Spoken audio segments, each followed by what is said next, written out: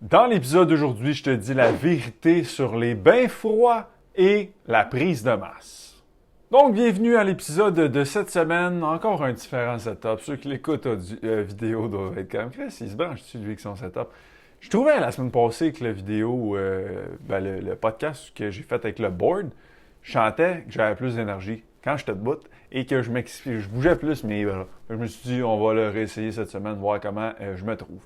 Donc, cette semaine, podcast sur les bains froids. Et pourquoi j'ai décidé de parler des bains froids? C'est que de plus en plus, sur les réseaux sociaux, je vois du monde mettre en story qui prennent des petits bains frais. Fait que soit qu'ils s'achètent un genre de petit bac là, en métal, puis là, ils se mettent de la glace là-dedans, puis là, ils mettent ça en story sur IG, ils mettent ça là-dedans, etc. Ou il y a des. À cette heure, ils ont créé des petits bacs, je sais pas si c'est dans quel. J'allais dire tissu, c'est clairement pas un tissu, mais quel matériel. Mais c'est comme des petits bacs, puis le monde, ils se mettent là-dedans, puis c'est des bains froids. Là, je me dis, il doit avoir une raison pourquoi le monde font ça. Tu sais, pourquoi ils se mettent dans un bain froid? Autre le fait qu'ils vont le mettre en story. Tu sais, comme, pourquoi? Pourquoi ils feraient ça? Puis autre le fait que tous les influenceurs sur la planète le font aussi. Comme, pourquoi? Il doit avoir une raison par rapport à ça. Fait que je me suis dit, on va aller voir ce que la science nous dit par rapport à ça. Donc, c'est ce que j'ai fait. Et là, je voulais faire un épisode de podcast sur prise de masse, perte de gras, performance. L'impact des bains froids sur ces trois affaires-là. Là, je me suis dit, je peux pas faire ça, ça va être un podcast de 3 heures. Fait qu'aujourd'hui, on va juste parler de prise de masse. Ça va être en masse pour l'épisode. Et dans le futur, je vais en faire pour la perte de gras et pour la performance. Et juste avant de commencer, dire que quand je dis bain froid, c'est pas douche froide 30 secondes. C'est vraiment entre 10 à 15 degrés pendant 5 à 30 minutes. Quand je dis bain froid, c'est vraiment de ça que je parle. Je parle pas d'une douche froide. Parce que la douche froide ne rentre pas dans les effets supposément positifs que ça a sur la prise de masse, les performances ou autres. Pour ceux qui ne me connaissent pas, mon nom c'est Hugo Le Cavalier, je suis fondateur d'HL Performance, une compagnie de coaching sur la rive nord de Montréal qui aide les gens à prendre la masse musculaire et à devenir fort. Et nous, notre mission chez HL, c'est d'offrir la meilleure expérience client pour que les clients aient de vrais résultats sans se sentir comme des numéros. Donc, first thing first, j'ai dit que j'allais fouiller dans les études. J'ai fouillé en tabarouette, il y a bien du stock, puis c'était quand même vraiment plaisant.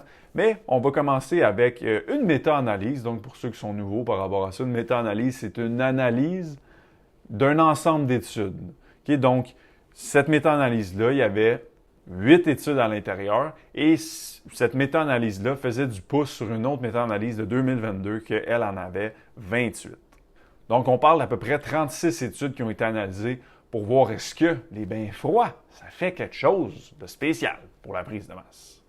Donc, les bains froids étaient faits après les workouts, juste avant qu'on commence. Donc, il y avait deux groupes. Il y a un groupe qui finissait ses workouts, il allait direct dans le bain froid, mettait une petite story Instagram, #discipline.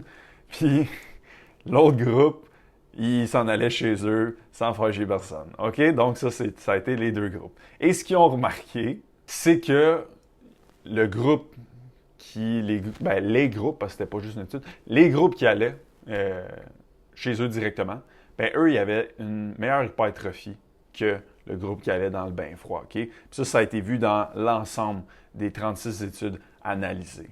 Donc, à la lumière de ça, il y aurait une diminution. Il y a même certaines études qui ont vu une diminution, mais en général, si on compare entre, mettons, moi, je m'en vais pas dans un bain, toi, tu t'en vas dans un bain fret, moi, je vais prendre plus de masse que toi si tous nos autres paramètres sont égaux. Okay? Donc, notre nombre de prods par jour, notre surplus calorique, à quel point on va à l'échec, etc. Okay?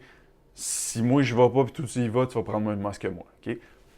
Donc, à la lumière de ce qu'on sait, l'étape 1, c'était d'aller voir ce que la science nous dit. La science nous dit que pour la prise de masse, c'est peut-être pas le best. Mais maintenant, la deuxième étape, c'est de vous expliquer pourquoi possiblement ça dit ça.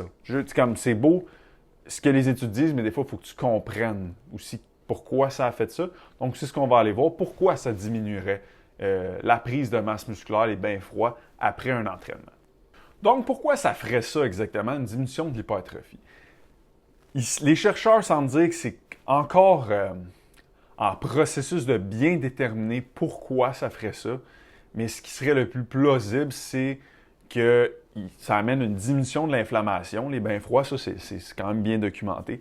Mais Après l'entraînement, cette diminution d'inflammation-là viendrait jouer au niveau de ta synthèse des protéines. Okay? Donc, la synthèse des protéines, c'est pour bâtir du nouveau muscle et, à ne pas oublier, parce qu'on va y revenir tantôt, à réparer aussi du muscle endommagé, donc à récupérer.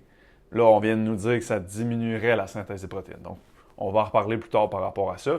Mais l'explication pourquoi ça viendrait diminuer les résultats, c'est que ça diminue l'inflammation et tu en as besoin de cette inflammation-là dans ton processus de gain musculaire. Pour faire du pouce sur cette raison-là, il y a une étude qui a été faite qui est quand même particulière. Ils ont pris un groupe de jeunes et on s'est séparés en deux. Il y a un groupe qui s'entraînait, puis après le workout, il prenait de l'ibuprofène, qui est un anti-inflammatoire. Et l'autre groupe, il lui donnait une pilule, puis dans cette pilule-là, il y avait fuck all. Le groupe qui prenait un anti-inflammatoire, ils ont vu une diminution de la prise de masse, comparé à l'autre groupe. Donc, on a déjà là, il y a une piste. Là, on voit que ça te prend de l'inflammation après tes entraînements. Si tu la diminues, tu nuis au processus de gain musculaire. Par contre, ils ont fait la même chose avec des gens plus vieux, qui n'est pas plus vieux 40 ans, là, genre des 60 ans. Et eux, il y avait plus de prise de masse. Donc, ce que ça nous dit, ça, c'est que tu as un sweet spot d'inflammation que tu as besoin pour stimuler un gain musculaire. Quand tu es très jeune, notre inflammation de base est plus basse. Fait que si tu prends un anti-inflammatoire, tu la droppes trop, puis là, tu viens nuire à tes gains musculaires. Versus des vieilles personnes, mettons 60 ans, eux, de base, leur inflammation est plus haute. En prenant l'anti-inflammatoire, ça l'amenait probablement au sweet spot qu'on veut pour bâtir de la masse musculaire. Okay? Donc, on voit la diminution de l'inflammation après un entraînement, c'est pas une bonne idée si tu veux prendre la masse. Une étude de 2019 a aussi vu que les bains froids, ça diminuait ta synthèse de protéines. Okay? Donc, c'est pas ça que tu veux pour ce workout. Tu veux qu'elle soit plus haute. Donc là, on voit que tu prends un bain froid après, ça diminue cette synthèse-là. Donc, on peut voir, je pense, que l'inflammation et la synthèse de protéines, tout ça, les deux mis ensemble, semblerait être la bonne hypothèse. Encore là, ça a pu changer, mais ça semblerait se diriger vers là. Pourquoi les bains froids après un entraînement nuiraient à l'hypertrophie? Et là, pour terminer, il y a du monde qui vont me dire « Oui, mais Hugo, ça diminue le raquage.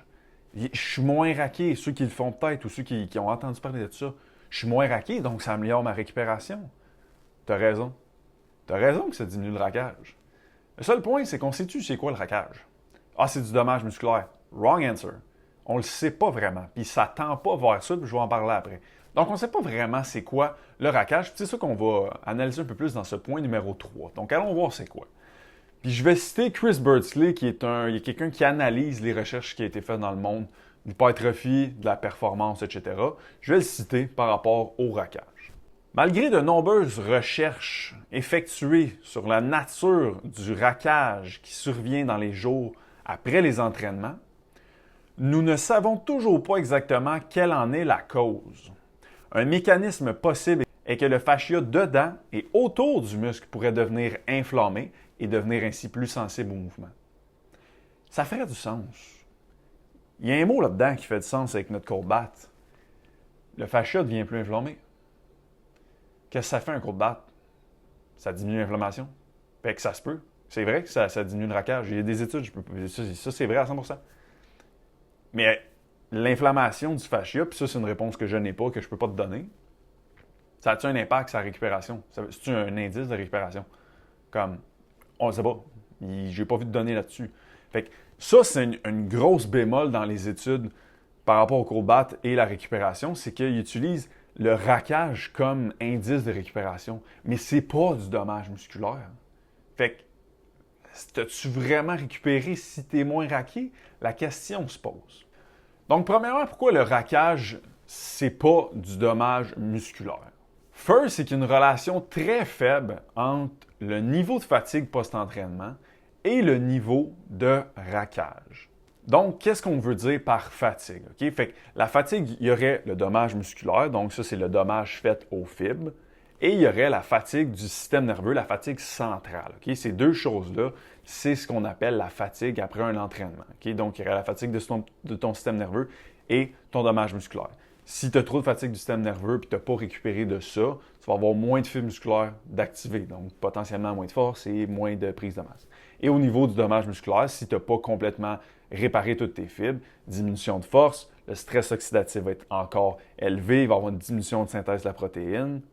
Et si c'est trop haut, la grosse majorité de la synthèse des protéines va être utilisée pour réparer le muscle et non en rebâtir. Okay? Donc, cette fatigue-là, on veut la minimiser après un entraînement. Mais là, on voit que la relation entre cette fatigue-là et le raquage est faible. Pourquoi? Parce qu'ils ont vu dans les études, puis ça c'est connu, des workouts de haut volume, ça va créer plus de fatigue. Okay? Donc des workouts de haut volume, beaucoup de reps, beaucoup de sets, etc., ça va créer plus de fatigue du système nerveux, c'est très connu. Ça va créer plus de dommages musculaires, c'est très connu. Par contre, ça ne crée pas toujours plus de raquage. Fait que si c'était corrélé, on le verrait, ce serait comme automatique. Par contre, on ne le voit pas. Deuxième raison aussi qui fait que le dommage musculaire n'est pas réellement lié au raquage, c'est que le raquage, il atteint pas mal son pic à 24 à 48 heures après. C'est pas mal, c'est rare que tu es raqué pendant 5-6 jours. C'est pas mal le lendemain ou l'après-lendemain, that's pretty much. Par contre, le dommage musculaire, ça revient quand même après l'entraînement, puis ça peut aller jusqu'à 7-8 jours dans des cas vraiment intenses. Là, je pense pas que ça nous arrive, là, mais ça peut aller jusqu'à même 2 semaines. Okay? Donc, si les deux étaient liés, ben, si tu as du dommage musculaire pendant 6 jours, tu serais raqué pendant 6 jours. Okay? Si les deux étaient liés. Donc, encore là, les deux ne semblent pas vraiment liés. Donc, est-ce que le raquage, c'est du dommage musculaire? À la lumière de ce qu'on sait actuellement, c'est pas vraiment ça. Et pire que ça, le dommage musculaire, c'est tes fibres qui sont endommagées. Il faut tes réparer. Et sais-tu comment tu dois réparer ça? Mais tu dois avoir une augmentation de la synthèse des protéines. C'est quoi j'ai dit au début? J'ai dit que la science nous disait que les bains froids, ça diminuait la synthèse. Puis là, le dommage, c'est une partie de la fatigue. Bien là, si on fait des liens, ça ralentit notre récupération. Parce que c'est une composante de la fatigue, le dommage musculaire. Et pour récupérer de ce dommage-là, je dois rebâtir la fibre. Et comment je fais ça? J'augmente ma synthèse. Mais mon bain froid, il descend ma synthèse. Ça fait pas de sens, hein? Ben non, ça fait pas de sens. Okay? Donc, pour la prise de masse, si on regarde physiologiquement parlant, ça pourrait même jusqu'à ralentir ta récupération et non l'accélérer. Donc, pour ta prise de masse à la lumière de ce qu'on comprend, de ce qu'on voit à la science, de ce qu'on comprend physiologiquement parlant, c'est pas vraiment une bonne idée de prendre des bains froids. Je ne dis pas si tu en prends une fois de temps en temps, tu enjoy ta vie, quand même fallait si ça te tente, mais si tu cherches un outil pour améliorer ta récupération, pour améliorer ta prise de masse, ce n'est pas une bonne idée de prendre des bains froids. Là, tu vas me dire, ah, mais si je le prends le soir ou le matin tôt, mon bain froid, ça reste que l'effet est le même. Ta synthèse des protéines, après ton workout, elle va rester élevée pendant à peu près 24 à 48 heures. Mais quand tu fais ton bain froid, ça diminue l'inflammation, diminue la synthèse des protéines. Tu n'auras quand même pas... tu vas quand même aller chercher le même effet.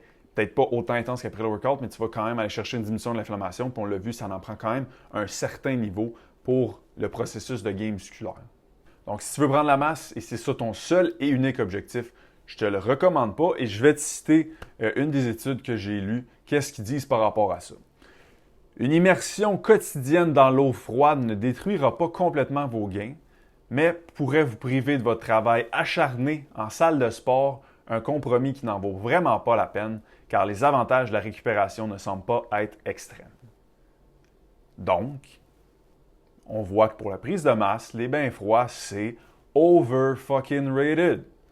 C'est cool de mettre ça en story. J'avais dit peut-être que je ne le ramènerais pas, cette gag-là, mais je vais le ramener juste à la fin. Okay? C'est le fun de mettre ça en story, parce qu'on a de l'air ultra discipliné, on a de l'air cool parce que tout le monde fait ça. Mais c'est quoi les impacts réels sur notre prise de masse? Okay? Encore là, je parle juste de prise de masse, je ne prends pas d'autres affaires.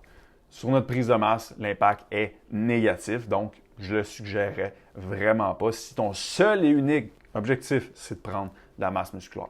Pour la performance, ça peut avoir son utilité, mais c'est bien précis comment l'utiliser. Ça, on va le voir à un autre podcast. Et pour la perte de gras, il y a beaucoup de claims que genre ça augmente ta dépense énergétique, etc. Il y a des parties de vérité, mais il y a beaucoup de fausseté là-dedans aussi. Donc, ça sera pour un autre podcast. Mais pour la prise de masse, les cold baths, overrated. Donc voilà pour le podcast de cette semaine. Je pense que j'aime ça être debout. Je me trouve tout le temps plus intense. À suivre. Donc, merci de m'avoir écouté encore une fois. Et si vous avez apprécié ce podcast, cette petite mise au point sur ce que la science nous dit par rapport au cold bath, la seule et unique façon de me faire savoir que vous appréciez, c'est un petit 5 étoiles. C'est pas les faire, 5 étoiles. Balado. Je remercie déjà tout le monde qui l'ont déjà fait. Et nous, on se dit à la semaine prochaine pour un podcast en studio avec un invité. À la semaine prochaine. Bye!